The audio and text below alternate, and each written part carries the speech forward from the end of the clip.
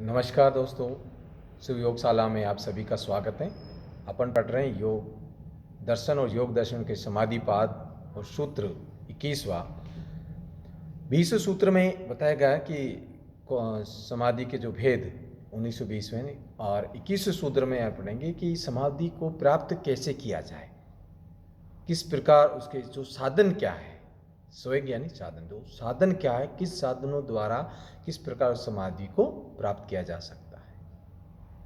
त्रिव स्वयं यानी समाधि के साधन यानी त्रिगति से साधन, तो उसके सूत्र है त्रिव स्वेगानाम आसनम, यानी त्रिव स्वेग यानी साधनों के द्वारा। यहाँ योगी जो समाधि प्राप्त करना चाहते हैं, जो अभ्यास और वैराग्य यानी अभ्यास त्रिवैराग्य और अभ्यास के माध्यम से समाधि को प्राप्त किया जा सकता है। जो अभ्यास लंबे समय से त्रिगति से जो कर रहे हैं, तो उनकी जो फल प्राप्त करना है अत्यंत तेज और त्रिगति से अगर आपको समाधि प्राप्त करनी है, तो इस सूत्र में यही बताया गया है कि अभ्यास समाधि तेज गति से और तेज वैराग्य के माध्यम से ही समाधि को प्राप्त किया जा सकता है, और उसका जो फल है वो त्रिगति से प्राप्त हो सकता है।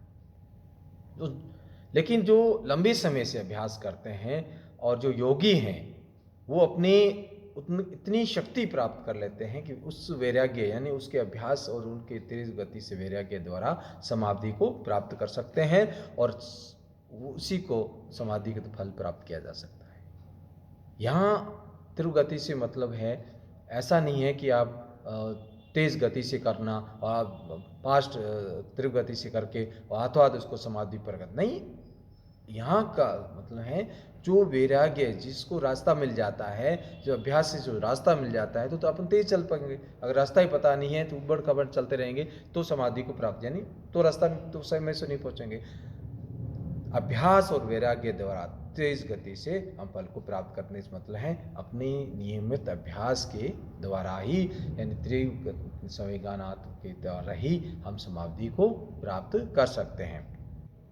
यहाँ संवेगा मतलब योग साधन, हमारे जो साधन है किन माध्यम से, जो अपन अगर साधन जैसे किसी मकान को बनाते जल्दी बनाना है और सारा मटेरियल है, सारे संसाधन है, तो उसको जल्दी से बनाया जा सकता है।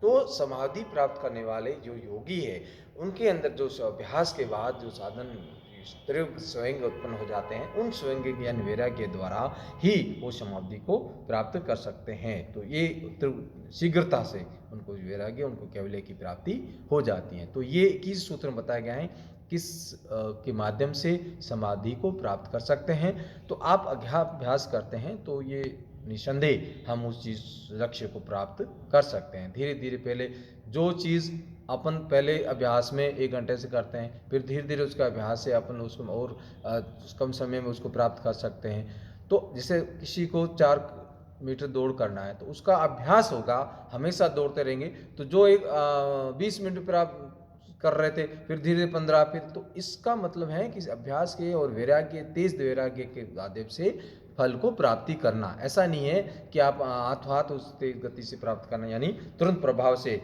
व्यक्ति को माना कि तुरंत तेज मतलब तुरंत प्रभाव से उसका प्राप्त कर सकते हैं समाधि, तुरंत प्रभाव से उसको याद किया जा सकता है, या तुरंत प्रभाव से उसका फल मिल सकता है। पौधा कल बोया और परसों उसको फल चाहिए, तो ऐसा नहीं है। इसका मतलब ये है अभ्यास के बाद आप उस तेज वैराग्य के माध्यम से, अभ्यास और वैराग्य के माध्यम से समाधि को प्राप्त किया जा सकता है। तो अभ्यास करें। अब लेते हैं इजाजत इसी के साथ। जय हिंद, जय भारत।